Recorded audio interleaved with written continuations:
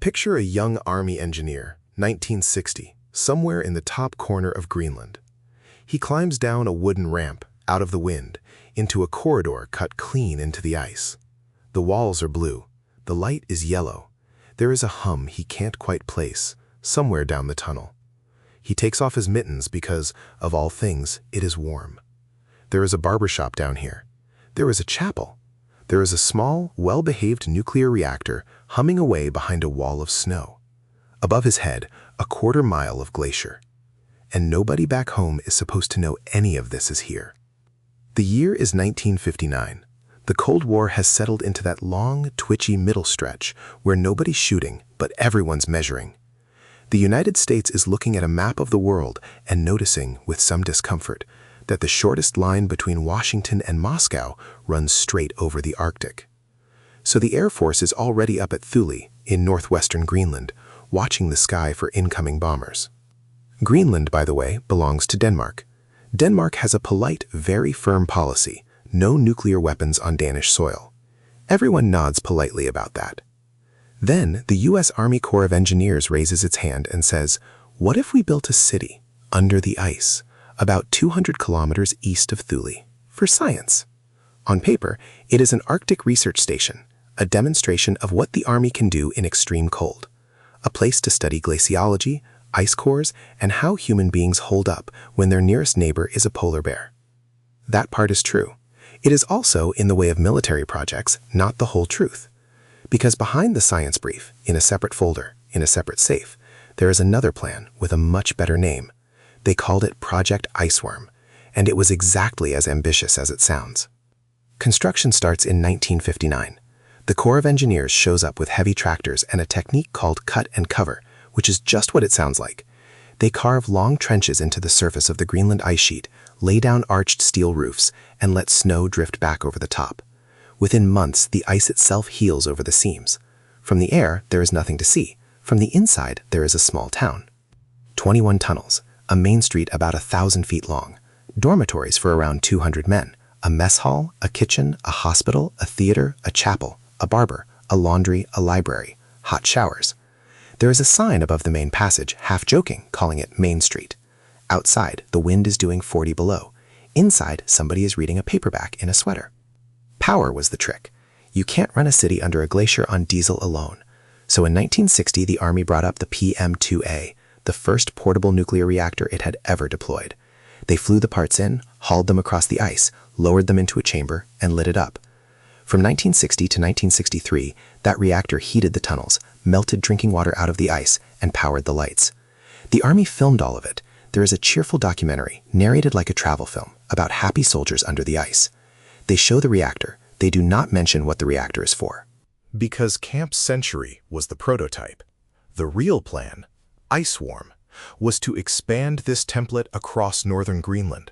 About 4,000 kilometers of tunnels, 600 mobile launchers sliding on rails through the ice, carrying a modified version of the Minuteman missile. The idea was beautifully cynical.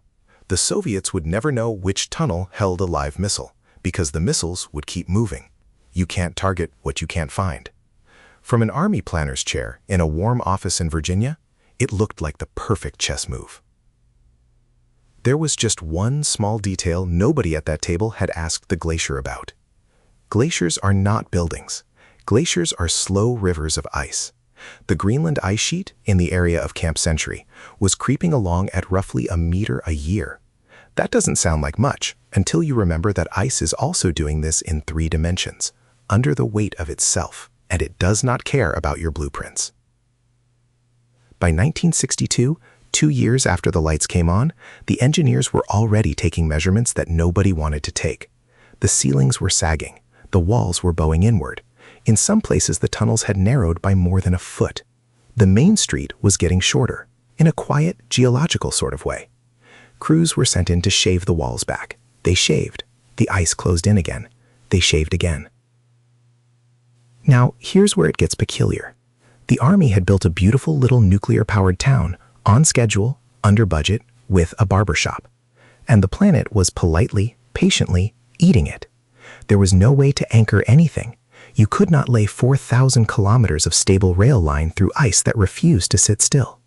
The whole point of Ice Swarm, predictable, hidden, mobile launchers, required a foundation that did not exist. In 1963, the PM-2A was shut down and pulled out. By 1964, the camp was running on backup diesel, and most of the men were gone. The Army quietly admitted, in classified memos, that the geology had won. In 1967, Camp Century was officially abandoned. They left behind the structures, the diesel fuel, some of the low-level radioactive waste, and the coolant water from the reactor, sealed up, they figured, forever by the glacier itself. In 1967, forever still sounded like a reasonable amount of time. For almost 30 years, almost nobody outside the Army knew Ice Swarm had ever existed. Camp Century stayed in the public record as that cheerful research station from the documentary. Then in 1996, a Danish researcher digging through declassified American files found the Ice Swarm plans, and the polite Danish government discovered in print that for years there had been an American nuclear base on its territory. Denmark had a policy. The United States had a tunnel. There was, as they say, a frank exchange of views. The PM-2A reactor, the portable one, finished its career and was eventually decommissioned, with its components shipped back to the United States. The U.S. Army Corps of Engineers moved on to projects with fewer glaciers in them. Colonel Kirking and the engineers who ran the camp went home, wrote their reports, and mostly told their grandchildren the warm, sanitized version about the barbershop and the chapel. The waste, though, stayed. Diesel, coolant, low-level radioactive material, all of it sealed under what was supposed to be a permanent ice cap. In 2017, a team of scientists ran the numbers on a warming Arctic and published a paper that did not make anyone happy. Their estimate, at the current rate of melt, the ice covering Camp Century could begin to release that buried waste sometime around the year 2090, roughly a century after Ice Swarm was filed away as a dead idea. The Cold War had a long memory. The ice has a longer one. So a project conceived to bury 600 missiles in a glacier ended up burying its own pollution there instead. And the cover story, Arctic Research Station, turned out by accident to be the only part that has actually stuck. You know, every empire eventually builds the thing that's a little too clever. 600 missiles sliding through the ice, hidden from satellites, powered by a portable nuke. On paper, it is a marvel. In practice, the planet shrugged, and the tunnels closed up like a wound. The Army learned a fairly cheap lesson, all things considered. The glacier learned nothing, because it didn't have to. If forgotten corners of American military history are your kind of story, the next one is already saddled up. I'll see you down the trail.